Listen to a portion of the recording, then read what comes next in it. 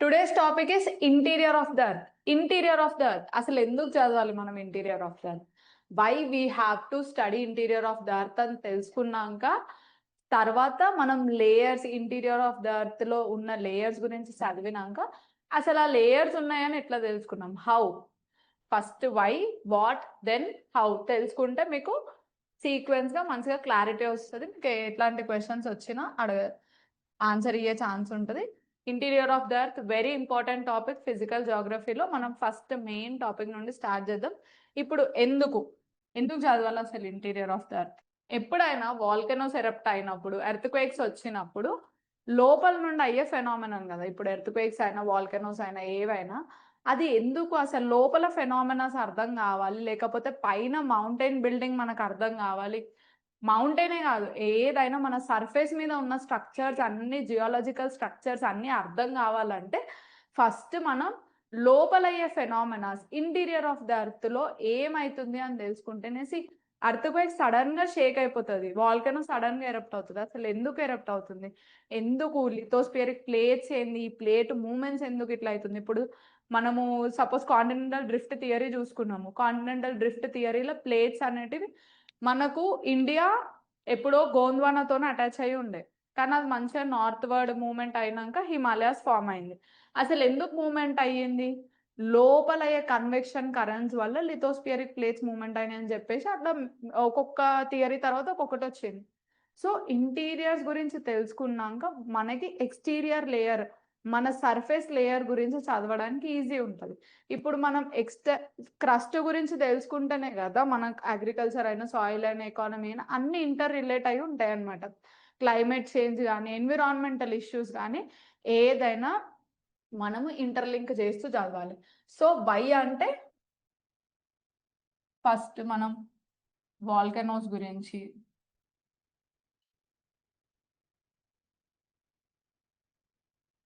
Earth quakes గురించి, ఇప్పుడు even tsunamis గురించి, లోపల ఇంటీరియర్ జియోఫిజికల్ క్యారెక్టరిస్టిక్స్ అన్నిటి గురించి తెలుసుకోవడానికి we have to know interior of the earth. Next వచ్చేసి రీసోర్స్ డిస్ట్రిబ్యూషన్. ఇప్పుడు మనకి మినరల్ డిస్ట్రిబ్యూషన్ ఉంటుంది. వాల్కెనోస్ ఎరప్ట్ అయ్యే దగ్గర మనకి ఎక్కువ ఇగ్నియస్ రాక్స్ ఉంటాయి అన్నమాట, ప్రైమరీ రాక్స్. ఆ వాల్కెనో ఇప్పుడు గ్రానైట్ కానీ అట్లాంటివి వాల్కెనోస్ దగ్గర ఉంటాయి. సో ఇంటీరియర్ నుండి, మ్యాంటిల్ నుండి మ్యాగ్మా బయటికి రావడం వల్ల కదా మనకి different types of rock formation ఉంటుంది. అందులో మనం మినరల్స్ వెతుక్కుంటాం, మినరల్ డిస్ట్రిబ్యూషన్ ఉంటుంది. ఆ మినరల్స్ మనం అన్నిట్లో యూజ్ చేస్తాం. సో మినరల్స్ కోసం, మినరల్ ఎక్స్ప్లోరేషన్ కోసం కూడా, ఈ రీసోర్సెస్ కోసం కూడా మనము ఇంటీరియర్ ఆఫ్ ద ఎర్త్ చదువుకోవాలన్నమాట. నెక్స్ట్ అగైన్ వై, ఇంకొకటి ఏంటి, క్లైమటాలజీ. క్లైమటాలజీ మనకి ఎర్త్ ఎవల్యూషన్ అయినప్పుడు, ఆరిజిన్ ఆఫ్ ఎర్త్ అయినప్పుడు మనకి ఇట్లా మంచిగా నైట్రోజన్ ఎంత ఉంది, 97%, ఇప్పుడు ఆక్సిజన్ ఎంత ఉంది, కార్బన్ డైఆక్సైడ్ ఎంత ఉంది, అంత లేకుండే. ప్రైమార్డియల్ ఫస్ట్ అట్మాస్ఫియర్, మనకి ఫస్ట్ అట్మాస్ఫియర్, సెకండ్ అట్మాస్ఫియర్ అట్లా ఉంటుంది అనమాట ఆరిజిన్ ఆఫ్ అట్మాస్ఫియర్ లో.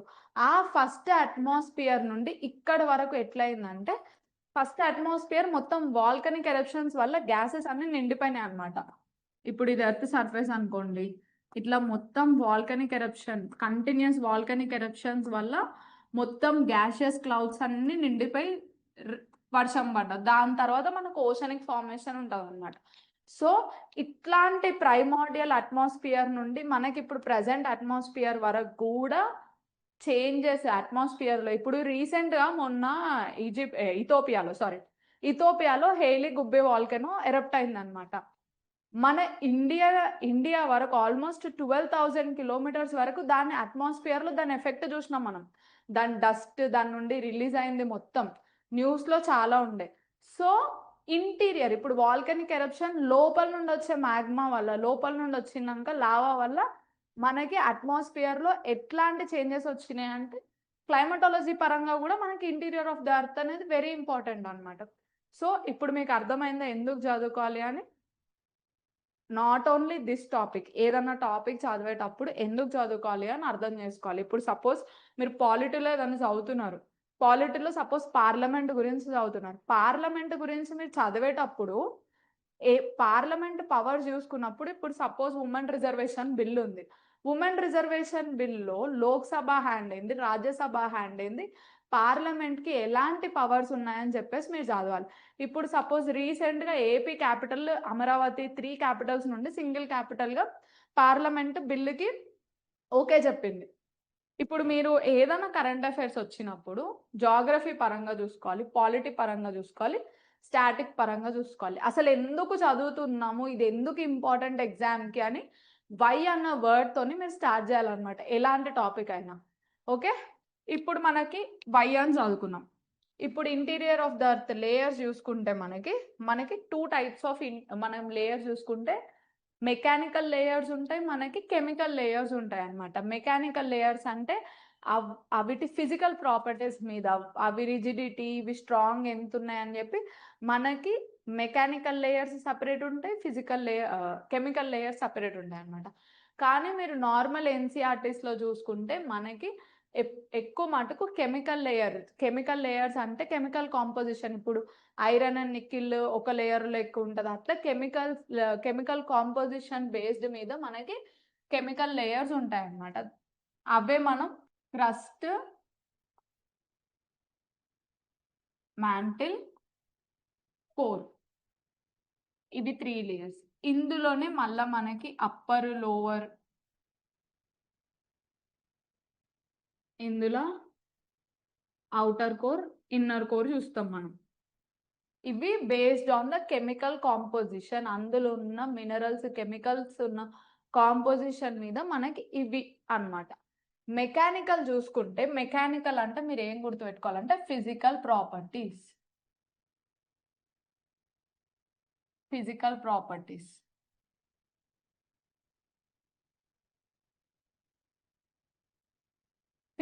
ప్రాపర్టీస్ మీద మనకి లిథోస్పియర్, ఏస్థెనోస్పియర్,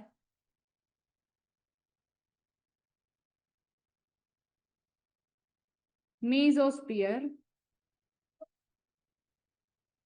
నెక్స్ట్ కోర్ ఒక్కటి కామన్. మీరు ఇందులో అయినా చూసుకోవాల్సింది ఏంటంటే కోర్ ఒక్కటి కామన్. కోర్ మళ్ళీ ఇక్కడ కూడా ఇన్నర్ కోర్, అవుటర్ కోర్ ఉంటుంది. లిథోస్పియర్ చూసుకున్నప్పుడు పైన పార్ట్ ఆఫ్ మ్యాంటిల్, ఇప్పుడు ఇది క్రస్ట్, మ్యాంటిల్, కోర్ అనుకోండి. పైన అప్పర్ క్రస్ట్ ప్లస్ కొంచెం పార్ట్ ఆఫ్ మ్యాంటిల్ అన్నమాట. ఇది రిజిడ్గా ఉంటుంది. ఈ లిథోస్పియరే మనకి అప్పర్ క్రస్ట్ మీద, ఇప్పుడు ఇంత పార్ట్ లిథోస్పియర్ అనుకోండి, అప్పర్ క్రస్ట్ ప్లస్ మ్యాంటిల్. ఇది రిజిడ్గా ప్లేట్స్ లాగా డివైడ్ అయి ఉంటుంది అన్నమాట, రిజిడ్ ప్లేట్స్. ఈ ప్లేట్సే మనకి బౌండరీస్ నుండి, ఇప్పుడు మనకి ఇందులో బౌండరీస్ ఉంటాయి, convergent boundaries, divergent boundaries, transform boundaries ఉంటాయి అన్నమాట. ఈ ప్లేట్స్ మూవ్మెంట్ అవుతూ ఉంటాయి. ఈ ప్లేట్స్ మూవ్మెంట్ వల్లనే మనం కాంటినెంట్స్ అనేటివి మూవ్ అవుతూ ఉంటాయి. ఇప్పుడు మనకు కూడా నార్త్ సైడ్, హిమాలయాస్ సైడ్ ఇంకా అక్కడ సబ్డక్షన్ అవుతుంది, కన్వర్జెంట్ జోన్ అన్నమాట అది.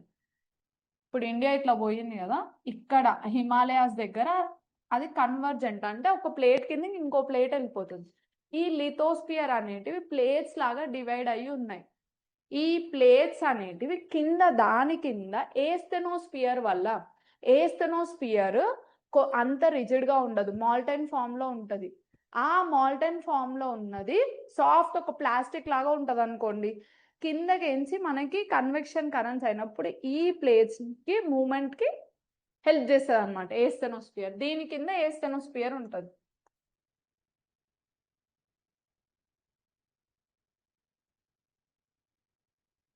దాని నెక్స్ట్ మీజోస్పియర్ వస్తుంది ఇక్కడ వరకు, నెక్స్ట్ కోర్. ఇప్పుడు మనం క్లియర్గా చూసుకుందాం. Types chemical layers, mechanical layers చూసుకున్నాం కదా. ఇప్పుడు కెమికల్ లేయర్స్ ఏమో composition, based on the composition. Mechanical layers physical properties, అది ఆల్రెడీ చూసుకున్నాం. లేయర్స్ వచ్చేసి క్రస్ట్, మ్యాంటిల్, కోర్. ఇక్కడ లిథోస్పియర్, ఏస్థెనోస్పియర్, మీజోస్పియర్ ఇంకా కోర్ కామన్, అది గుర్తుపెట్టుకోవాలి. మీజోస్పియర్ అంటే పార్ట్ ఆఫ్ మ్యాంటిల్, కాకపోతే ఫిజికల్ దాంట్లో. ఎందుకంటే ఈ మధ్యలో క్వశ్చన్స్ అందరూ కెమికల్ లేయర్సే చదువుతున్నారు, ఎందుకంటే చిన్నప్పటి నుండి మనకు అదే నేర్పించారు, క్రస్ట్, మ్యాంటిల్, కోర్ అని. ఈ మెకానికల్ లేయర్స్ మర్చిపోతున్నారు చాలా మంది. ఏమో అప్పుడు ఎప్పుడైతే ఏదైతే వదిలేస్తామో దాంట్లోకించి క్వశ్చన్ అడుగుతారు. ఫోకస్ వచ్చేసి కెమికల్ లేయర్స్, అసలు ఎర్త్ దేంతో తయారైందని చెప్తుంది. ఇక్కడ మెకానికల్ లేయర్ వచ్చేసి అసలు ఎర్త్ ఎలా బిహేవ్ చేస్తుంది. ఇప్పుడు లిథోస్పియర్ అనేది ప్లేట్స్ లాగా డివైడ్ అయి ఉంది. ఆ ప్లేట్స్ కి మూమెంట్ కి ఏస్థెనోస్పియర్ కారణం. అంటే ఎలా బిహేవ్ చేస్తుందని చెప్పడానికి ఇది.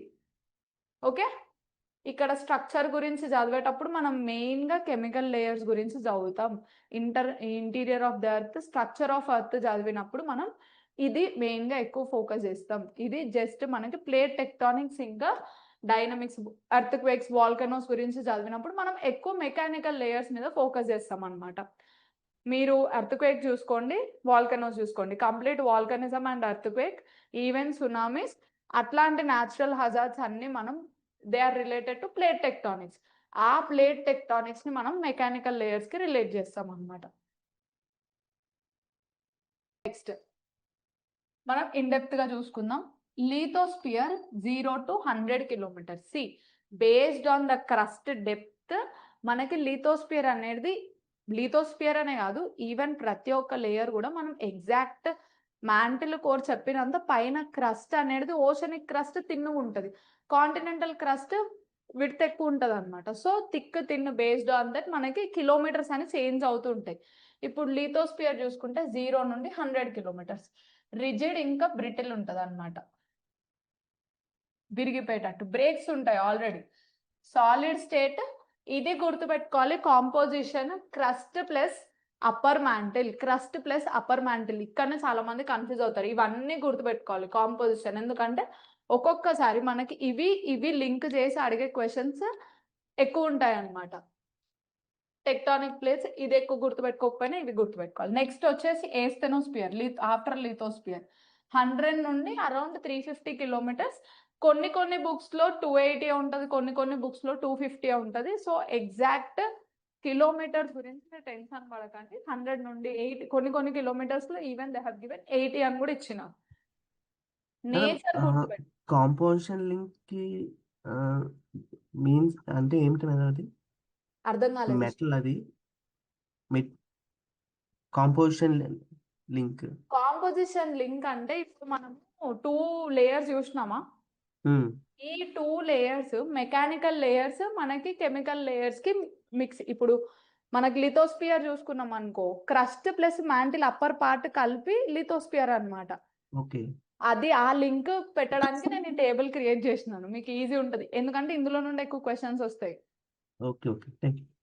ఇప్పుడు మనకి ఇది క్రస్ట్ ఉంది, ఇక్కడ నుండి ఇక్కడ వరకు, ఇక్కడ మ్యాంటిల్ ఉంది, ఇక్కడ నుండి ఇక్కడ వరకు మనకి లిథోస్పియర్ అన్నమాట ఇదంతా. అర్థమైందా? ఓకే. నెక్స్ట్ వచ్చేసి మనకి ఏస్థెనోస్పియర్ పార్ట్ ఆఫ్ మ్యాంటిలే, కాకపోతే దాని ఫిజికల్ ప్రాపర్టీ వల్ల మనము ఫిజికల్ లేయర్స్ లో సెపరేట్ గా చదువుతాం. ఓకే. ఇది సెమీ మాల్టన్ ఉంటది, ప్లాస్టిక్ లాగా